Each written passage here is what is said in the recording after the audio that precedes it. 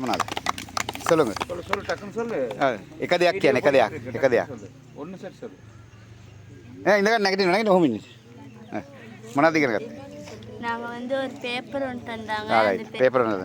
මොනවද අද දවසේ ආඩ විශේෂ? මොනවද මතක තියෙන ඇක්ටිවිටි? பேப்பர்லாம் வேற ஒன்று சொல்லு. லீடர்ஷிப் ලීඩර්ෂිප් එක.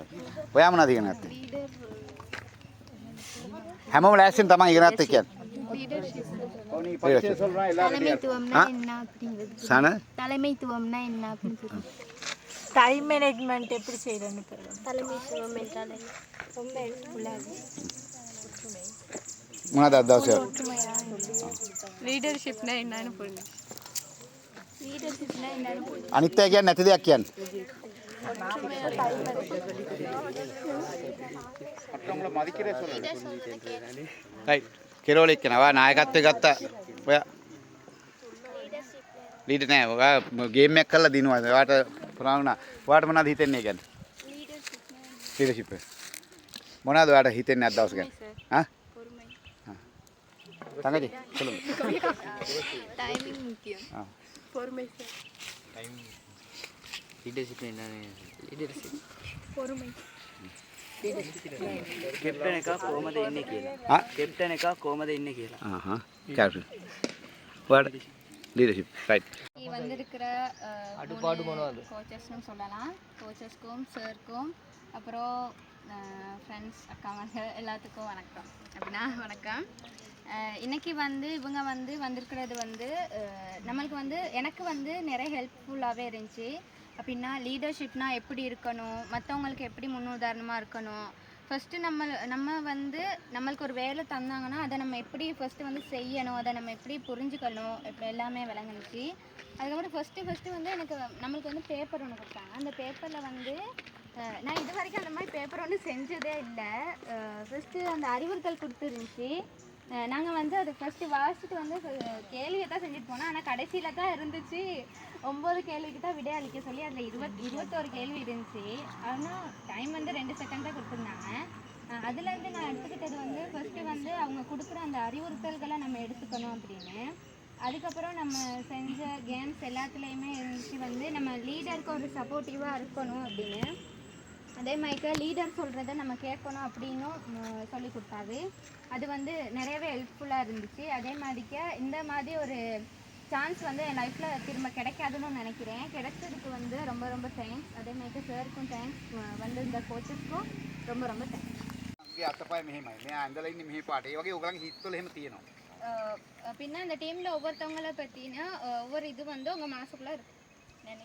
නායකයෙක් කියන්නේ මේ ඔක්කොම දිහා බලන් ඉන්න කෙනෙක්. லீடர் வந்து எல்லாத்தையுமே பார்த்துக்கிட்டு இருக்கவரும். ඔබ නායකයෙක් නම් ඔබගේ මේ කණ්ඩායමේ ඉන්න කෙනෙක් කොච්චර යට හිටියත් එයාට පේනවා මේ ඉන්නේ අපේ කෙනෙක් කියලා. லீடருக்கு வந்து தெரியும் வந்து என்னதான் தூரத்தில் இருந்தாலும் அவங்கள பார்த்தோன்னே இவங்க வந்து நம்ம டீமில் இருக்கிற ஒரு ஆள். පාසලක නායකත්වයේ හම්බ වෙනවා කියලා කියන්නේ ඔයගලගේ ජීවිතයේ පළවෙනි පඩිය. பாடசாலையில் வந்து தலைமைத்துவம் ஒன்று கிடைக்கிறது வந்து உங்கள் லைஃப்பில் கிடைக்கிற வந்து முதல் படி. ඔබ මේ ජීවිතය ආරම්භ කළා මේ අද ඉඳලා මේ යන ගමන විශාල තැනකට යන ගමනක්. உங்கள் வாழ்க்கையில் ஆரம்பிக்கிற இந்த பாதை வந்து பெரிய அப்படின்னா ரொம்ப பெரிய ஒரு பயணமாக இருக்கும். ඔබ විමසිලිමත් කෙනෙක්. තේරෙන්නේ නැති වුණාට හලෝ කොච්චර ප්‍රබලද කියලා තේරෙන්නේ නැතකොට අර පිටින් එන එක්කෙනාට පුංචි වෙනස්කමක් ලොකුවට පේනවා. என்னதான் இதாக இருந்தாலும் அந்த வெளியேருந்து வர்றவங்களுக்கு அந்த சின்ன வித்தியாசம் வந்து விளங்குது.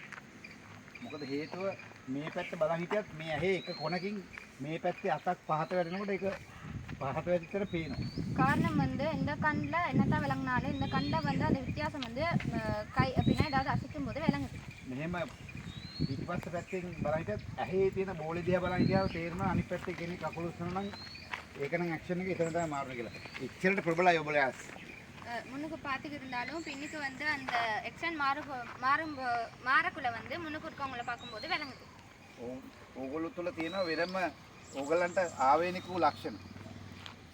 உங்களுக்குள்ள இருக்கு அந்த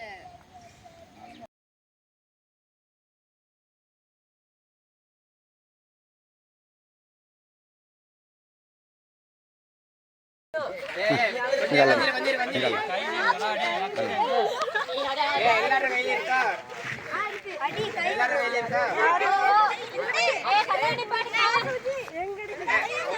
கோனருக்கு போ நல்லா நேரம். நீ எங்க இருக்க? ஏய் யோகன் பின்னுக்கு போடா நீ. ஏய் இந்த போடா வேறக்குதோடா. வேற கயிறு நீ. யோகன் போ இந்த கயிறு பிடி மச்சான். ஏய் ஒரு ஆள் லீட் பண்ணுங்க. புடிச்சியா? எங்கடா? இந்த மாதிரி. இன்னோனா. ஏய் ருக்தாஞ்சலி. பக்கத்துல யாருக்கா? அது தள்ளி போ சொல்லு நல்லா. என்னடா இது வேற எங்க போகுதுடா கயிறு ஒண்ணு. யோகன் கயிறு பிடிச்சியா? எப்படி? இந்த பண்ணு எப்படி எங்க? அடே கைய தடா. அடே ஒரு ஆள் லீட் பண்ணுங்கடா. ஏய் எப்படி அப்படியே பாரு. அட யார் கையில இருக்க கயிறு ஆடுது? வா.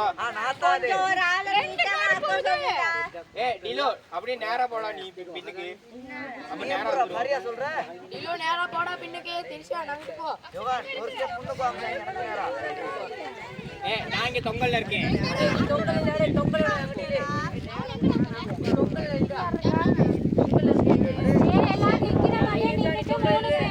ஏய் அங்கிட்ட ஒருத்தி தொங்கலுக்கு போ. போங்களா. அப்ப நேரா வந்துரும். ஏய் தர்ஷிங்க பின்னுக்கு வா. அடே கொஞ்சம் பின்னுக்கு வா. என்னடா இத்தனை கயிறு யோகா நீ பின்னுக்கு போ. பின்னுக்கா வந்துட்டேன். நல்லா போ. அடே அப்சல்ல எங்கடா இருக்கீங்க?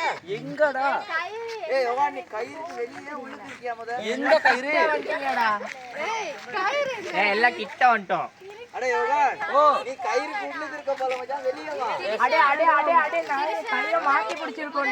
எல்லாத்தையும் ரவுண்ட் ஆக ஏய் கொஞ்சம் இரு. எல்லாம் நல்ல பெருசாயிட்டே முக்கணமா என்ன சரி. எல்லாம் பெரிய ரவுண்ட் ஆக எந்த கையிலடா? கூட்டு போயிட்டதோ? நாளுக்கு பிடிச்சிருக்கோம்டா. ஒரு பேரை சொல்லுங்க. கயிறு நல்லாவே பின்னுக்கு விட்டா நான் அவுட் அந்த ஆயிடுவேன். மூலையில நிரோசா தானே இருக்கு. ஓவா அடி ரெண்டு கயிறு பிடிச்சிருக்கடா. நீ இருக்க பக்கம் நேரா பின்னுக்குலயே மச்சான். ஏய் அப்படியே பின்னுக்கு போ. ஏய் கொஞ்சம் எல்லாம் சத்து. நில்லு நில்லு. நான் இந்த தொங்க கார்னர்ல இருக்கேன். அப்சல் நில்லு சத்தமா வந்துரு. Kami ate na yun. Wala, may kita na lang hindi. நீ கொஞ்சம் நல்ல கை